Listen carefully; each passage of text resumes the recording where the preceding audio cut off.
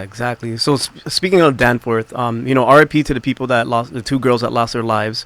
I just seen a video on social media, and it was a Caucasian guy, and he was like harassing a man of Muslim faith, right? And he was saying, "Yeah, you look like the guy who shot up Danforth, basically," and just like accusing him and harassing him, right?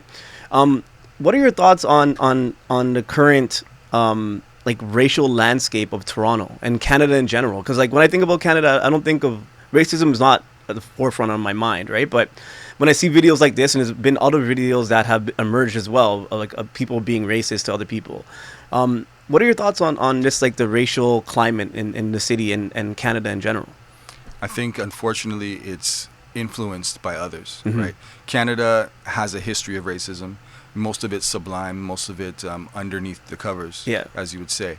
But it seems like since the election of Donald Trump, in his overt racism, has inspired others to become more bold and in their racism. And then now with the election of Doug Ford, seems like a similar thing is taking place, and it's really concerning. And I don't know if that was Doug Ford's intention to rise racism to where it's risen now, but the policies that he's been speaking about and the attitude with how he's speaking is making those people feel empowered. And the key thing with that guy, what he was saying, he's like, don't ask me a question in my province, right?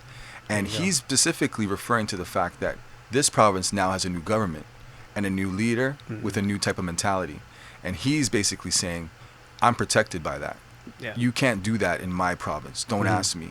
So it seems like the new government that was elected, the leadership has sent a message that racism is okay. Yeah. And that's exactly what Trump did when he's saying, Mexicans, Muslims, get them out of here, all that stuff. It just inspired racism or racism to come out. And that's what's happening here. And it's really unfortunate. Yeah, no, it is, man. It's very sad. And, speaking on let's stay on Premier Doug Ford for a little bit. Just recently slashing, the councillors from 47 to 25. We're a city of like almost 3 million people. What type of effects do you think that's going to have on the city and the representation at City Hall? Detrimental effects. The very first time I ran was because of a similar thing. It was the amalgamation of the 6 cities into the mega city. And I knew right away that when that amalgamation happened, we would lose resources and people wouldn't be able to get the services that they got before. Now with Doug Ford slashing from 47 to 25, like you said, almost 3 million people in the city, that means for 25 councillors, each of them are responsible for over 100,000 constituents. Wow. So how can one councillor answer the needs of over 100,000 people on a daily basis? It's going to be near impossible. Yeah. And Doug Ford is really trying to centralize power and government to the point where he knows the least amount of seats that he has is the better influence and control he can have for them to vote the way he wants. And that's the scary part, because that's how dictatorships are born. When you take away the voice of the people and you start making it the voice of a few, then you have disasters. And it's really a shame that Premier Ford would run as for the people, but then do things that are against the people's best interests. Yeah, it seems like he has something against, because he ran for city mayor as well, right? And he lost to John Tory. But it feels like he's just going after, certain factions and just targeting them and bringing these things into law that kind of help, the conservatives, even on a local basis as well, right? Because now going from 47 to 25, you're going to have more seats on the suburbs, right? And then those seats sometimes go for conservative values as well, right? And downtown's more like liberal and NDP, right? Yeah. So, like you were saying, what type of effects will that have, like in decision making though, like actual effects that people will see if that actually goes through, if we actually go from 25 to 47? Like, do you think, resources will be cut? Do you think, what do you think the effects of that is going to be? I definitely think resources are going to be cut. And when you go down from 47 to 25, you get less of a variety of opinion. You get less healthy debate.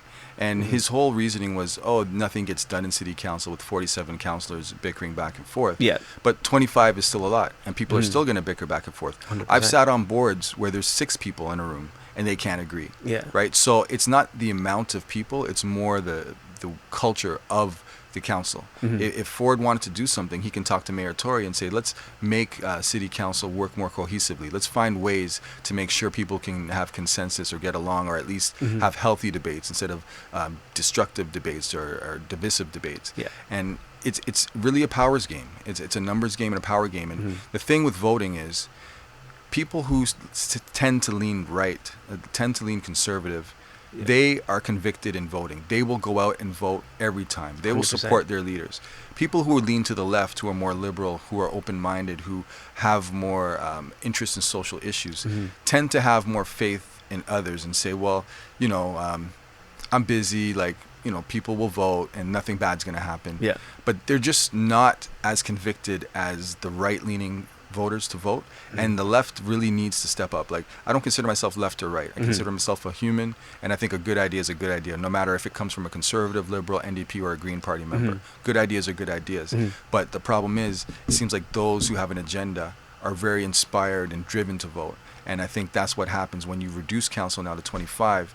Those voters who are more right-leaning on Doug Ford's spectrum will come out and vote. And you may see those ridings slowly start to change in his favor. And once he gets a full block, there's no stopping anything that he wants to do. Yeah, so he's had the province and the city basically under. Yeah. Under well, his he pretty much has it now. The way he was speaking in his speech, he was talking like as if he was the mayor of Toronto. Yeah. Saying, this is what we're doing. This is how it's going to be done.